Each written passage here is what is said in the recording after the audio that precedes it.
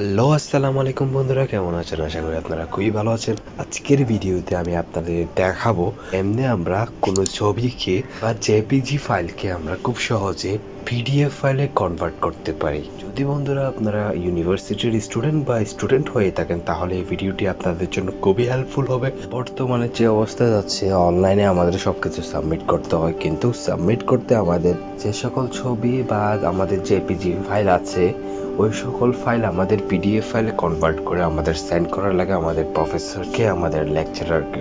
আজকে আমি আপনাদের দেখাবো খুব সহজে একটি অ্যাপস ব্যবহার করে আমরা যে কোনো ধরনের ছবিকে খুব সহজেই কনভার্ট করে নিতে পারি পিডিএফ ফাইলে। সো বেশি কথা না বাড়িয়ে let's start the video.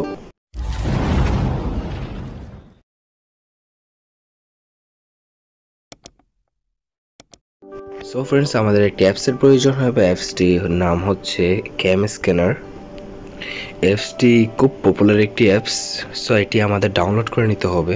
So now open করে নেব অ্যাপসটি। আমরা ওপেন করার পর আপনাদের সামনে এরকম একটা ইন্টারফেস আসবে, জাস্ট ক্যান্সেল করে দিবেন। সো এখানে দেখতে পাচ্ছেন একটি রেজিস্ট্রেশন করে নিতে বলতেছে বা সাইন ইন করে নিতে বলতেছে। আমরা চাইলে সাইন ইন করে কাজ করতে পারেন অথবা সাইন ইন না করে কাজ করতে পারেন। বেটার হয় সাইন ইন করে নিলে।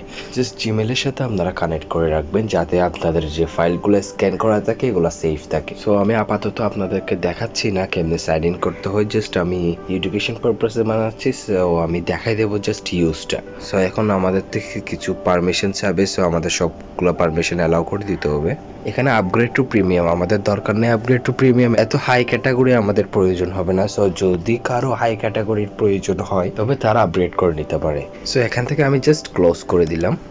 আপনার সামনে এরকম একটা ইন্টারফেস আসবে। আপনি যদি জিমেলের সাথে কানেক্ট করে থাকেন তাহলে আপনার নাম সবকিছু পেয়ে যাবেন আপনারা এখানে। জাস্ট এখন আপনাদের যেটা করতে হবে, আপনারা যদি স্ক্যান করতে জানতে হবে, নিচে যে ডান পাশে যে বাটনটি আছে এখানে স্টার্ট স্ক্যানিং এ ওটাতে ক্লিক দিতে হবে এবং অ্যালাউ করতে হবে। গ্যালারিতে যেতে হবে। গ্যালারিতে গিয়ে আমি কিছু ছবি প্রথমে আপনাদের জন্য ডাউনলোড করে রেখেছি। জাস্ট ওইগুলা ছবি আমি সিলেক্ট করলাম অ্যান্ড ইম্পোর্ট করার পর এখানে দেখতে পাচ্ছেন ছবিগুলো আমার সামনে চলে আসছে। সিরিয়ালগুলো অবশ্যই দেখে নেবেন। যদি অ্যাসাইনমেন্ট আপনারা জমা দিয়ে থাকেন তাহলে সিরিয়াল খুবই ইম্পর্টেন্ট। সো আপনারা সিরিয়ালটি একটু দেখে নেবেন। সো এখন সিরিয়ালটি যদি সবকিছু ঠিকঠাক থাকে তাহলে আমি উপরে যে পিডিএফ এর কি লোগো আছে এখানে আমরা ক্লিক করব।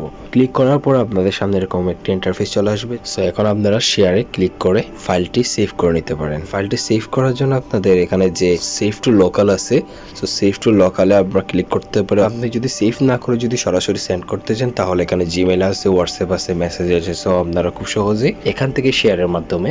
সো আমি সেভ করব, সুতরাং আমি সেভ টু লোকালে ক্লিক করলাম। এই ফাইলটি সেভ হয়ে গিয়েছে। সো ফাইলটি কোথায় সেভ হয়েছে আমি একটু দেখিয়ে দিই আপনাদেরকে। আপনারা যদি আপনাদের ফোন স্টোরেজে চলে যান তাহলে নিচে গিয়ে একটি ফোল্ডার পাবেন। ফোল্ডারটির নাম হবে ক্যামস্ক্যানার।